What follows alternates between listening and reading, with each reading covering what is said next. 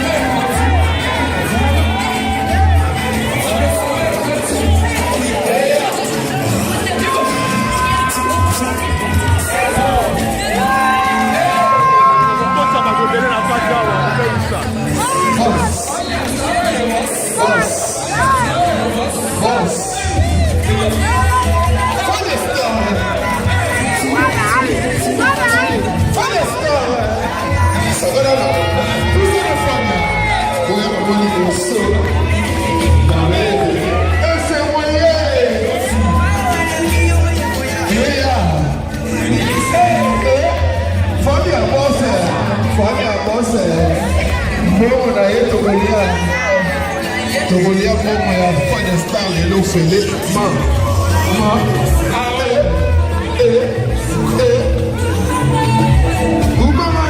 Fania Star tu vois les bons tu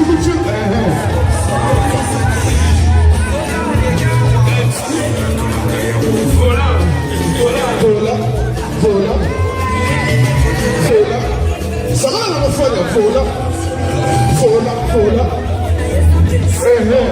Tolia mon Fania lelo il a offert c'est bon. Boss.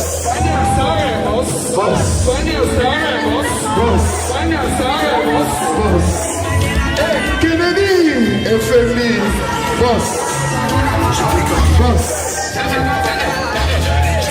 Mama Yaka. Aussi Samuel.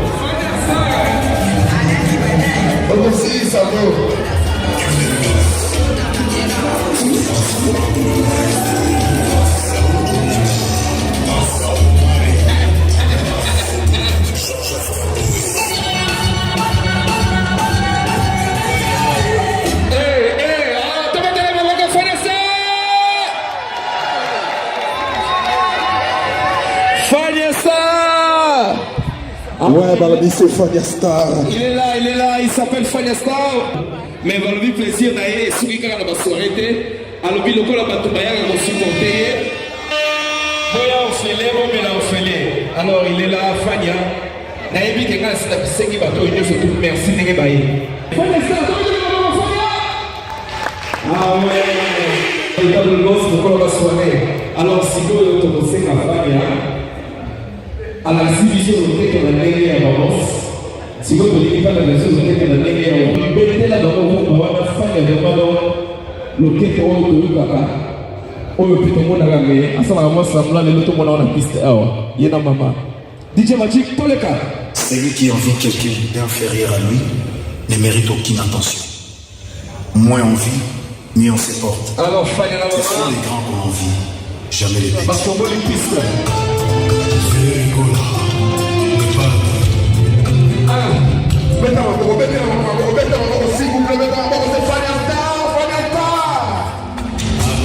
Merci.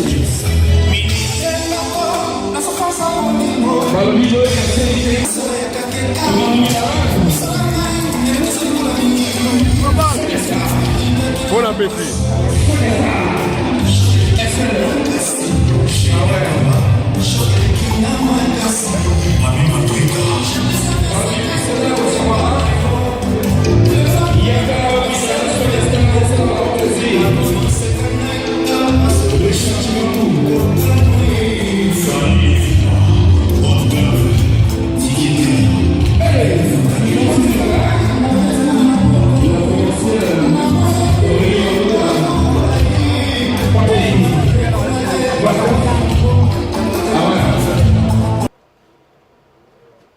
Voilà, j'espère que vous avez na moi extrait à Mouki, on a tout le Sabino, il y a Fania Star, ils ont anniversaire nae. Encore une fois, happy birthday to you, brother. Yo et Bigaka, donc on est ensemble toujours. Donc on est qui anniversaire ya Fania, on a qui animateur, on a présenté qui anniversaire nae. Il est qui bien, bah qui belé, Masangeza qui belé, Komela, Agogo. En tout cas, ils ont fait moi les madame Makasi. Alors sur ce tokende sikoyo na sujet na biso ya lelo tozana invité na biso invité de marque ya zali on dirait mutu moko donc soki ba équipe ezo beta ba longoli l'équipe ba sombi transfert donc pour azalaki mutu awotaki bela alonge bela e sikoyo awa sikoyo na kati ya Angleterre sikoyo. Donc voilà, donc par là je vais directement dire bonjour à mon frère John Ross Bachelor. Bonjour Willy Moukena, numéro 10 de la presse. Comment tu vas? Très bien, très bien. Santé, pépère. À merveille. Yeah, je vois, non, on a donc compte déjà dans ce qui est santé. Donc normal, nous avons ça la grâce, donc c'est bon. Na CP de la bonne mon frère. On appelle la CP. Yeah, j'allais dire, si quoi, n'a la ebi yo, bah toi ebi moi ndamupé, tout ça, mais si quoi, n'a ni a sous moi ezali oloba, combo na yo, qu'est-ce que tu fais, tout ça, bon, na, et là on y peut, on y a peu, tout bête sur non quoi. John Ross est un artiste, musicien, chanteur plus précisément. Déjà de nom d'artiste, John Ross Bachelor, Eleganto, El Tatussimo, Quarterback, Master Swag. Oh, comment il est? Danger. On comprend les noms s'il te plaît. Pour la cagner au moment bien. John Ross Bachelor, Eleganto, El Tatussimo, Quarterback, Master Swag. Quarterback, comment est l'accent? Quarterback. Quarterback, l'accent. Quarterback, oui, quarterback. Football américain. Numéro 10. Ah! Donc, on a numéro 10 côté après, c'est le côté numéro 10, doyem t'as contrôlé. Naleli. Deux fois. Voilà, donc, est-ce qu'on veut sur moi parcours na yo? Nengo bandaka ndoule, ceux qui bandaka depuis au mois nato, na kimukolo to, je ne sais pas. C'est ndoule déjà na banda depuis au mois na. Comme la plupart des artistes na banda na église. OK. Dans Nazaki, chanteur choriste en église, naba lelo naba frère Olivier Calabas, a continué la musique religieuse. Tous allés na bango, tous allés bisono sur la choriste, et puis bon, biso to poni direction mososo, bango va continuer na direction. Et après ça, tous allés pe na groupe moro ya ba jeune na Paris. Yeah. Pour battre Bakenga na uta vraiment Paris na Poli na Paris. Ah OK. Avant Belgique, Okay. Paris. Tout ça na groupe mon à Paris et puis groupe entre Bajen Kaka et puis groupe Wana naye ko intégrer quartier latin académie. Ok. Il y a Sam Chitu. Après Sam Chitu, on a évolué Mukena à Wilo Longomba. Tu voyager un peu partout, l'Afrique, les îles des Antilles. Et puis, voilà, en tant que musicien, danseur, en tant que déjà Nabanda, en tant que danseur. Ok. Et puis, Nabanda, Liboso, chanteur, maintenant on a intégré Académie chanteur, mais on a intégré pas Wilo Longomba, qu'on a dans un master dans un protocole d'enfance déjà. D'ailleurs, je salue Olivier Mondele. Il y a Bandorobi n'a pas à Willow. Il y a n'a pas à Willow en disant que frère vient m'accompagner comme ça, tellement tu me sanaka pour danser na kochaï.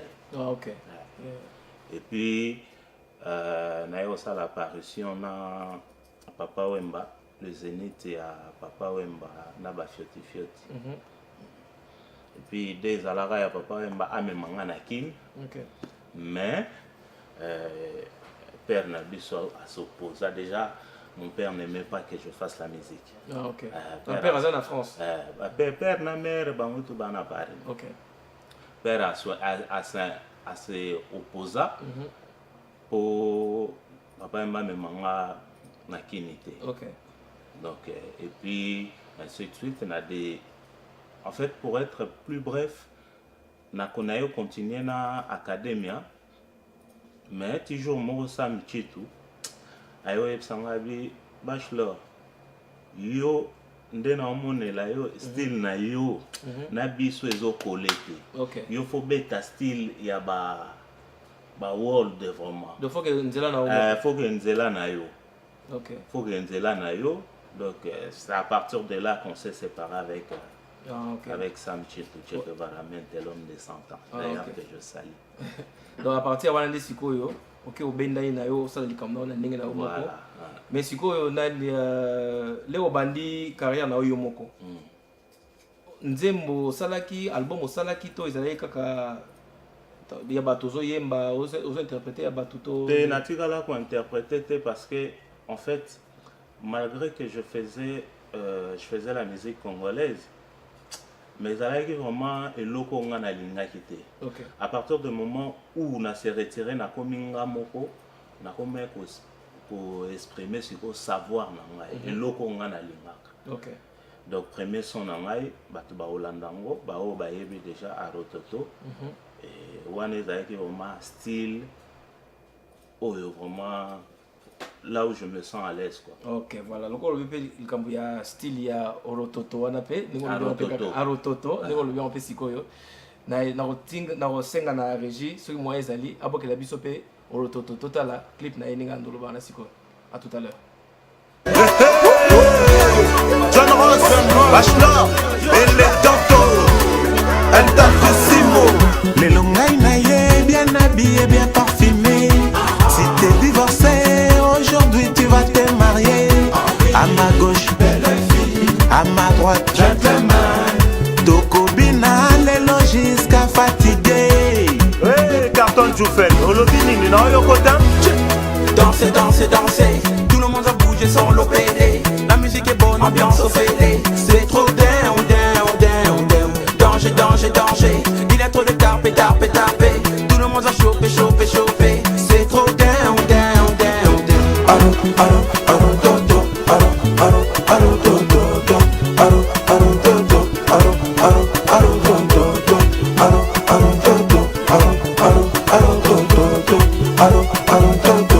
Aro, aro, aro, dodo. Hey, hey, oh, oh. Everybody dance, put your hands up, ça va faire. Hey, hey, oh, oh. C'est trop down, down, down, down. Hey, hey, oh, oh. Everybody dance, put your hands up, ça va faire. Hey, hey, oh, oh. C'est trop down, down, down, down. Aro, aro, aro, dodo.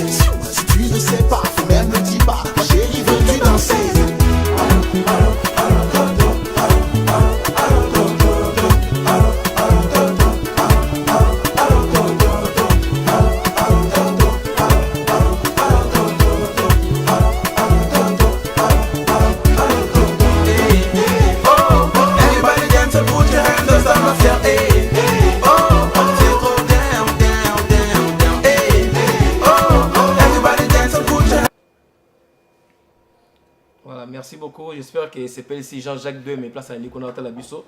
Maman Lydie 2 mai, First Lady, Tutungoi, Maman 52, Commandant Cousteau. Bienvenue au Banza. Team BCBG, j'espère que le clip est ici. Alors, dans les c'est bien que tout la soirée, où ils ont le 28 mai. Ils allaient dimanche, le 28 mai, ils allaient Bank Holiday, ils allaient soirée et loco oyo. La chose est là. Nous avons il fallait pour parler de ça moi ils ont cartonné mikolo donc yangwana tout ça il y a moi soirée moi pour promouvoir kaka artiste bi ka ngana za comme artiste to promouvoir yé yangwa to sali soirée on a loko oyo si tout va bien makamu se sali bien staff nae à Paris bon ça la awa temps faire gagner la merveille ça la awa staff nae ya Paris pe mwanda mpe ça la pe koto donc on sait ngala bino boya ebele soirée loko oyo za la kitoko anniversaire ya Irène Mboula anniversaire ya Solange Misenga et puis un party ya Irène Sira anniversaire ya Herman garçon bourgeois et aux ala kitoko makasi alors bobo sanate et aux esplanade et pas Justin merci beaucoup alors dans un siko invité na ngai lelo Neni ça va qui m'a fait pele Pepe là aussi vous donc Pepe là on est à l'aise net na série OK problème ate nango basiko nani performance no ya suko sala kizaki na nini ya soirée à Berlin la soirée à Berlin ezaki ndenge d'après ndenge mon account ça va je pense que ça s'est bien passé bah tu vas se là qui donc et bon siko next eza pour na moni on dirait on sala plus nani ya ba performance eza mingi pas Berlin pour ni ba côté muso sala te ngana kenda ouais eza côté ton te na kenda sika ba benga ngai te ba basala ba event basé belé ba Fania Star bazali FM bazali retrouvailles ba big ladies bazali yo siko tuna ba big ladies tuna Fania pourquoi bobeng ça bachelor te oh mais ceux qui t'ont sous bazo beng ça opété yo ngana za artiste te problème ezate ata ceux qui bazo beng ça opété partout sika ba beng ça problème ezate ceux qui ata ba beng sioté RMOP artiste faut ça la paix promotion na omokoti si OK peut contacter batou tout ça na par exemple si connaît na kin ba artiste baza na kin siko obi ke ba nani ba producteur baza souté ba comme se produire bango moko aki vraiment ba misila na ya ju salle pour son bobo a bengi pe batou ba e ba science ki ba produire po ni ko ça la paix ngona te po ça la paix promotion na OK peut batou na neni na za artiste neni bozo bengi sangati si normalement yo siko vandi olie quoi on va na quoi na ozi à partir on dit les gambolobi on dit comme déjà so ndenge eh mutu akoma azate na musique atako ba vieux rambo ba prêtre mais mo ba senga ba monaka ke nanu te bakoma donc talaka ngam na bandika fraîchement voilà mais les gambolobi d'ato sola qui on a ba Fania Star donc c'est bon déjà c'est bon ndenge le prochainement c'est bon na Rosala en tout cas dans ce pays là mon côté on se pose obligé et maga on dit que moi t'es jamais ngana mais bon cela n'est pas bien voilà tout ça vous na Berlin oh c'est que Wilbook numéro 10 t'es sur l'Arabie pour la vie que côté là moi bon kasi t'es ngato sur l'Arabie à l'aise donc sur l'Arabie surtout soli bien t'es dans ça la tête c'est voilà chance pour moi alors OK bon Berlin Jogo solo l'Arabie apparemment yo solo l'Arabie te mena ebi ke nango solo l'Arabie c'est que c'est bon kitoko OK bleu mais atena ngoto siko nani leo bandi siko carrière no solo bandaki kaka yo moko to ezalaki na manager to sikoza comme na manager to te en fait manager c'est trop dur mais j'ai des gens qui me soutiennent OK dans un bateau baza simananga o ba soutenir po naibi na lo bandi ngona po nini nani ngai moko na salaki na manager moi quelques bateaux pe moi quelques artistes et puis à part kolongola ko manager ngona ezaki na sala pe ba event na bengi ça peut artiste ba obeta les bandeli wana soki bazani azani na qu'on appelle ça azana succès te ayeba ina na te ba chéri ba yebi ete ilo moko te nini ko fie na ngai vieux Will tout ça boy bengi sanga na obeta na sika soki na ite tala kaka wana ba kombo no sto apesi ngani ba shega kini ba bisa ba kombo on voit mais soko bengi sika aya beti une fois deux fois trois fois la visibilité soki ka ba chéri ba moni ka bo deux chéri trois chéri ba kombo benga les au bengue prochainement oh non faut solo na manager nanga ya wala siko yo siko za ba genre wala to yo ndenge yo yebi déjà ngana onde to kocha o yebi déjà ke nga kote ana doki na solo la bien na bateau yo o nazala na bango déjà bien côté na autre problème ezali ils ont que on autant un jour comme vraiment sous grand et comme on a avant mutu o ba yebi yo bengisa yo comme ça problème on faut que nani va parler avec mon manager ezali bato babosanaka ekoza ata mosusu selon ya contrat nakotindo pa manager na ngai mais avant natindo pa manager na ngai nasololi déjà na manager na ngai okay. ke mutu na ngai wila roya pona boye alléger ye beta boye okay. na sens wana mais za te ke na epsi manager na ngai lo te na epsi ok sola na manager na ngai yebi yo te tango okende kuna akomo abaloli yo enta image ya artiste ezobela na sens wana bato nde bayebaka te faut bayebaka nde kosolola sikoyo côté nous avons raison. Voilà donc au moins question na olobaki yango ya Laetitia Bomolo question na olobaki yango na tuni yango alors on a repéré ça peut mbote pe na la petite Angélique Sosongo yo yebi kaka mbote na Nisimbombo Judith bino bosa batunanga on est toujours ensemble. Alors question super nango tuna pe susu eza que nani ya na tuna ngo batnyo surtout musique awa ba peki ça fait plus de 10 ans donc pour l'engagner na mona il fallait qu'il ba pesa bino avantage que ba musicien baza na diaspora awa bo progresser beaucoup mapé danser bo yeba na pe mokili mobimba mais eloko nga na mona awa siko que ça que ba musicien na biso awa eloko moko te depuis batikela bino dani ya terrain vide ba musicien so beta raté mais bo ça la rien donc boyoka na bino te zaka attention moi chomo moke moke ça et puis pena ninga ba interdit musique yo pour na yo vraiment ozomona ondeni.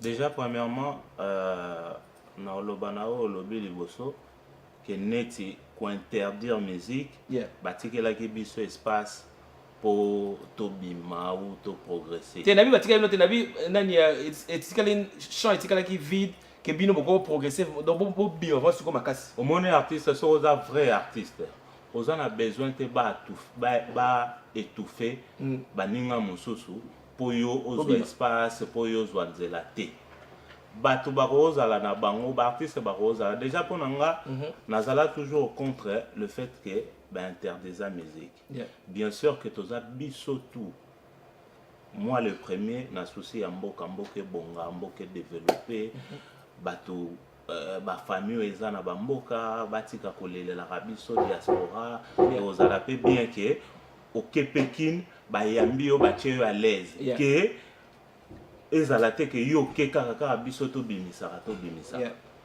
Mais par là qu'est-ce que je veux dire? Interdiction à musique nazala contre. Déjà premièrement ba sujet et bimé belé. Tu interdis la musique parce que un tel artiste ba yembela pouvoir. OK. Je vais pas hésiter à citer les noms Kofi, Wera, Chalamona, Wazekwa, Papa Wemba, JB, et les restes, Reddy. Ok. Je suis d'accord que Bolimbo pinir Batoyo, ba yembeli pouvoir. Mais pour punir ceux qui ont chanté pour le pouvoir, qu'est-ce que vous faites des autres, ceux qui n'ont pas participé à ces manifestations? Donc il faut laisser les champs libres. Pour Batouba comprendre que c'est une punition. Il faut laisser les champs libres aux artistes comme Fali, Ferré, Fabrigaz, Héritier, plus grave encore, Marie-Paul, au coup de temps, Yembela opposition, donc Yembela peuple. Mais par là, bon interdit, donc punir tout. Donc du coup, punition, ils ça la vraiment ils ça la bienté. Dans le sens que 2 poids 2 mesures. 2 poids 2 mesures. Dans le sens na ba o ba yembela pouvoir, na ba o ba yembela, na ba innocent, ils sont dans le même sac. Donc pour nanga, eza erreur grave. Fallait batika Marie-Paul, si je peux me permettre de dire, à galérer nakin dans le sens que baboya kotika ekutuku abima Congo. Mais awa mais baboyi pas beta siko. OK. Mais pour revenir à ce que je disais, pour nanga interdiction de musique eza na sens te. Et dans le sens c'était tokoki ko déplorant autrement que tout interdit en musique. Yango lelo est créé par jaloux nandenge ya mukete. Ba artiste mususu ozala no artiste ndenge lobaki ba interdire ba artiste mususu ba tikeli bino champ libre ko bima. Mais soki ozana qualité te. Soki ozala ke oyembaka no bien, mais yo basala yo pozala na sima ba. Ba lokola ba c'est les ino. Les carano na écran, ko finga kaka ba artiste, ko critique parce qu'on en a pas ou on en a pouvoir te. Mais ça les artistes sont combattants. Artistes combattants, on attend à défendre. Déjà le mot combattant, moi j'aime pas ça. Tu sais pourquoi? Excusez-moi de te tutoyer. C'est pas grave, c'est pas grave. Pourquoi j'aime pas ça? Le mot combattant, mon toutou a commis combattant. Alors que le combattant, le vrai combattant, est chacun de nous, c'est lui qui se soucie de son pays. Biso tout. Tout le monde a rango awa, n'Europe awa, loi ya Brexit, bima kiawat. Batutan basutu ki ke loi ne zaï mabe batu ba manifesta. Siko batu wana pe ba combattant. Yebo siko zani, on a problème c'est les îles autondé.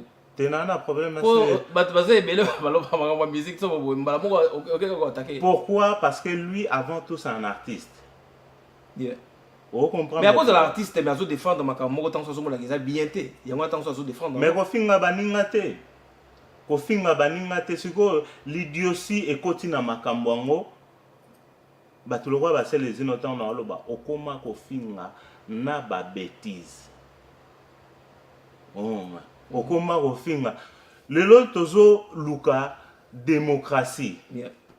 Mais la démocratie commence par soi-même. Oroku ko imposer ngate. Tant que yozo luka démocratie, ça veut dire tous en dialogue na mutu ayeba ko pesa vie na yo lobi avi na nga na lobi avi na ngato yokani. Oroku ko imposer ngate. Donc okomi ko finga, akomane ko finga, ngana benga ke l'idiotie de la diaspora. Ok, ça va, tout ce qu'on a, tu vois, comme on a, comme belé. Et comme belé n'ande, hello, rien. Ok, pour me j'allais dire, à part Nani, Nengalobi, l'idiotie de la musique, de la diaspora. Nabi ko beta ki Nani playback na yo moko awa na salo ezalaki o Nani bela salaki soirée na e. Nabi te soki rejet après pour beta la biso ngo moi muke. Bon total la soki to landela ondeni. Bon, on dirait to pesa ngona moi tamuke. Entre temps, nalinga otuna na question moko nando. Est-ce que yo ye awa uti Bruxelles lobit. Ozali na Paris siko Paris, grandi à Paris. Vécu à Bruxelles et puis Londres. Na Bruxelles siko na bato yo yebi na Bruxelles o baza pe ba artiste baza ba diaspora to ba artiste. Ata misato yo yebi ki baza vraiment donc baza ba beta vandule ya bien. O baza na Bruxelles. Non, to ba na Belgique. Si bazali. Ata moi misato. Frère Manga Will Tengeshai.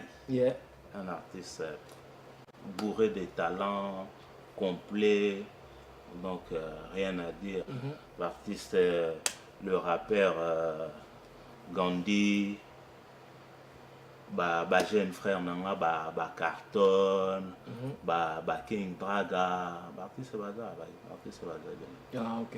Et bon, si on a Londres, là où on a Londres, moins différence c'est l'état de musique par rapport à Bruxelles, à Paris, par rapport à Batou Bazali. Si on là-bas, yo kuti Nabi Bazali belé. Moi autant avant c'est mais attends moi misato yo mouvement qui va marquer vraiment. De ce que je connais sincèrement Peggy Kamba, un très bon artiste. Je kiffe ta voix frérot. Un big up à toi. J'ai un frère Nanga Moussousou Nani comme Nana Acha. Et puis et dernièrement Masto Yambaki Wana Ido. Voilà, ce sont des artistes que je connais. Ah ok. Donc voilà, donc Asher, Nani Asher suivre, Peggy Kamba. Oyo ki tumutamina lobi aye ope azali na plateau bino pe boya. tobeta masolo na bino pe mokili pe yoka bino pe tozela bino boya pe mais sikoyo namoni ole to kelena na nini na yo na performance nosalaki na nini tozela na mwa moke mais tokenda na studio oyo baye kofilme yo mpona nzembo no ya sika oyo ezoya après wana nde sikoyo tolobela yango sikoyo soki moya ezali Louis betela biso yango toleka.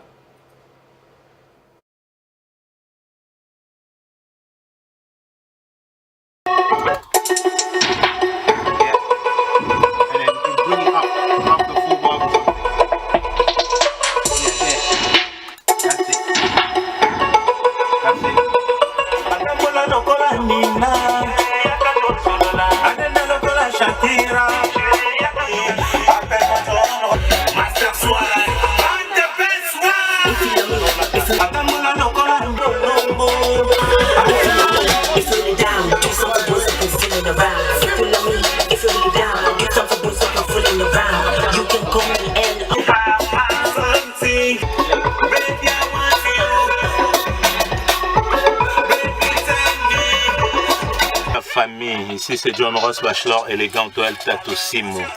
Ça c'est mon deuxième son. Restez branchés, vous ne serez pas dessus. Le son Kitoko arrive bientôt. One day off the beat and this is the second day. Proper vocals and we got the artist Lolo just doing the verse and that's it.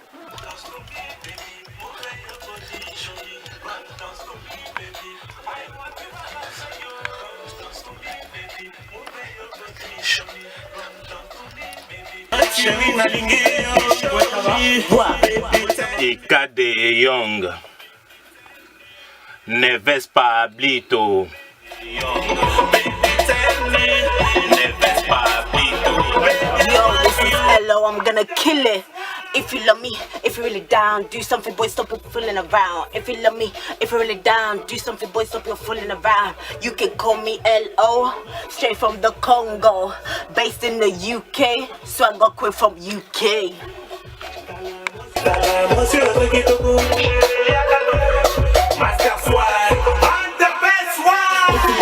If you're really down, do something, boy, stop your fooling around. If you love me, if you're really down, do something. Ici on est là, on prépare un son qui va arriver, qui s'intitule Kitoko. Donc restez branchés, featuring avec Lolo Ferrari, vous ne serez pas déçus, vous ne serez pas déçus. Après à Rototo, voilà Kitoko qui arrive, la famille restez branchée, Lolo Ferrari. Peace, I haven't got a lot to say, but please, stay tuned.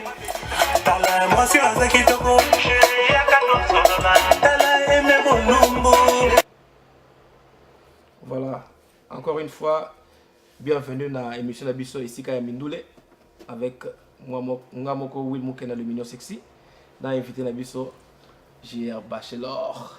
Si. En tout cas, je suis obligé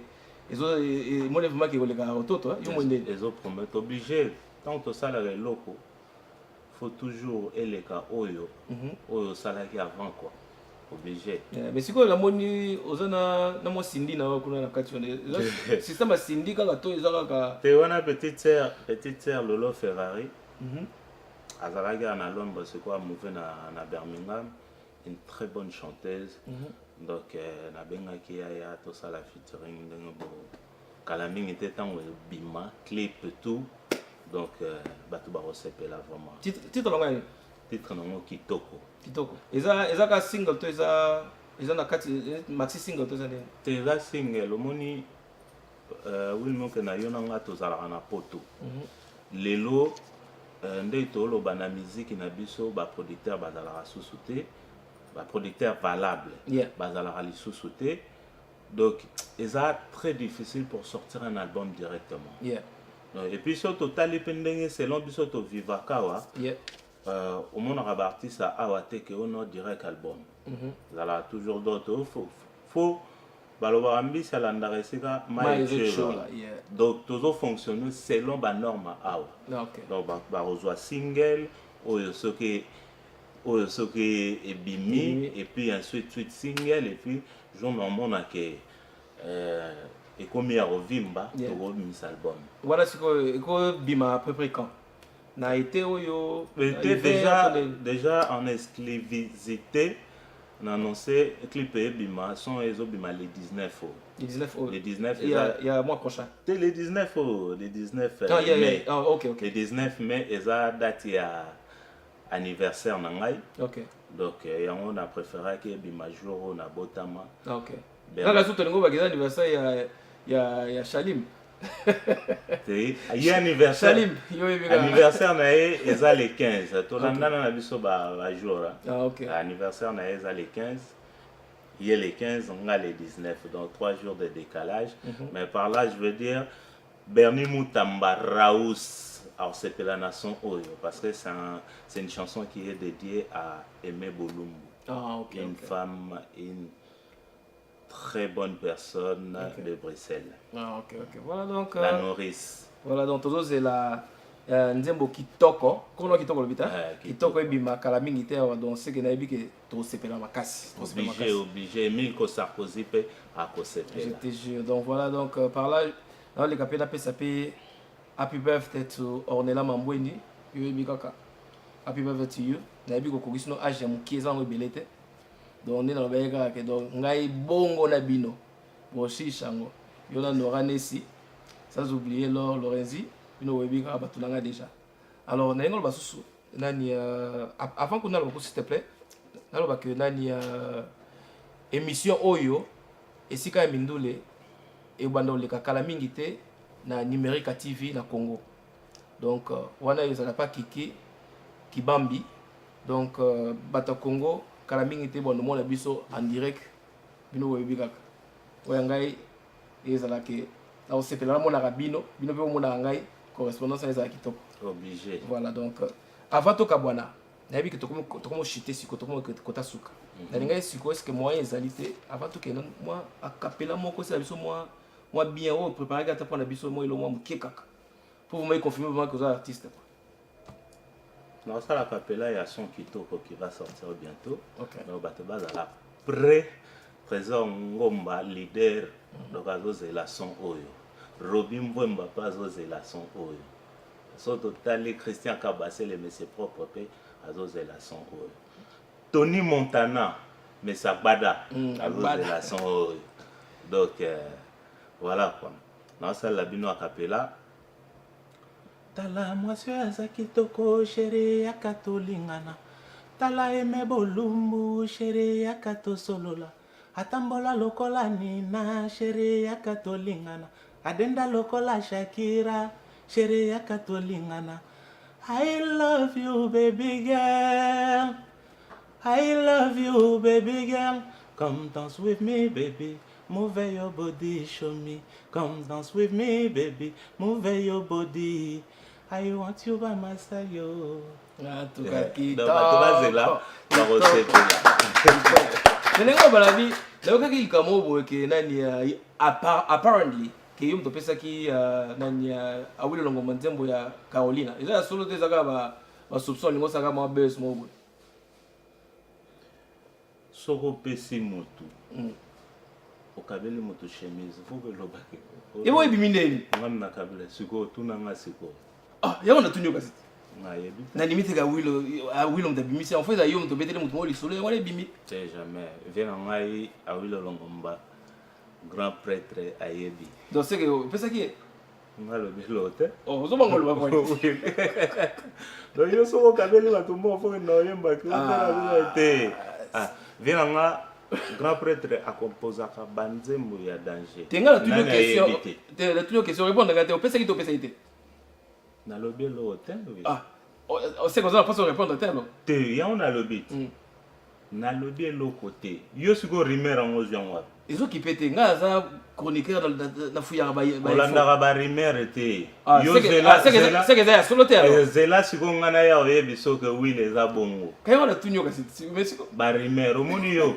oza chroniqueur ya solo soko oyena likambo fo yaka na be fait na ba preuve koya na ba rimer te mabe soko bi za rimer olbika te za na mo ya solo terre za ba rimer za solo terre frère Wayemba ezala ngo ba rimer na yo kambe mena monate Manero big up à toi aux États-Unis frère donc voilà donc voilà to comme chuter la biso siko to comme na biso na suka Je voudrais dire bonjour à Fifi, là où tu me regardes, Fifi Chimbalanga Bositampene, à mon frère Fefe Chimbalanga Mukena, Nabi Gozo avec tous les enfants. Et merci à ma famille, Biti Mukena, en direct de Kin, Thierry, Bino Webikaka, je suis là avec vous. Mutuna Bino toujours, votre frère est là. Donc voilà, n'a évité ceux qui avant, n'a qu'un an, kota souka. Yo ceux qui moi ma dédicace, c'est bien moi message moi aller pour na ba tuna. Si ba dédicace est en raté, on a salué Big Lady la noblesse. Et puis on a Bruxelles, ba master na Kanté Samouraï. Lisa Seboye Cartouche. Ali Diogo Minega. Encore une fois, Bernie Moutamba Raous, Aimé Bolumbu, Big Lady. Respect, respect et respect. Son Nathalie à Paris, la charité bien ordonnée commence par soi-même. Voilà, tout à fait. Big up à ma mère. Mère au Abota John Ross Bachelor, élégante, elle tatousé mon quarterback. Maman Antoinette, bientôt. Big up à toi, big bisous. Et puis à mon petit frère Erwin Moulumbu. Sans oublier beau-frère Manga Nono Mayola. Big up à vous. Big Emenga, Marco Kozai, Mongali Yoshi. Voilà. Voilà. Ok, ngai. Ngai na sugisa. Te, avant yo sugisa na lobana koto mutu, mutasembi ba faire. Tony Montana. Mokondi Agbada.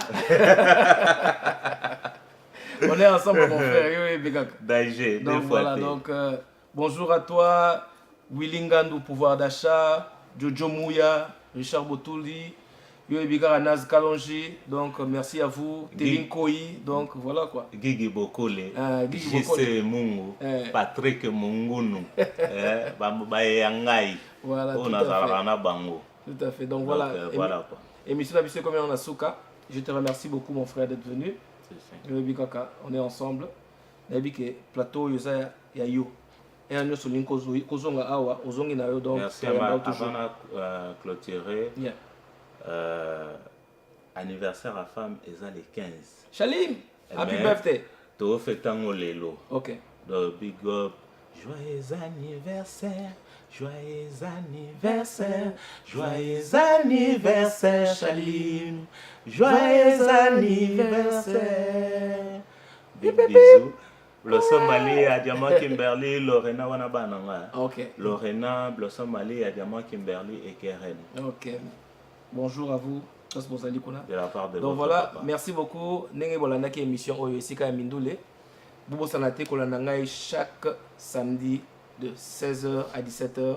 Tokutanaka Awa comme d'habitude des rendez-vous na Pesibino. Donc Tokutana Bino Boyebi Kaka.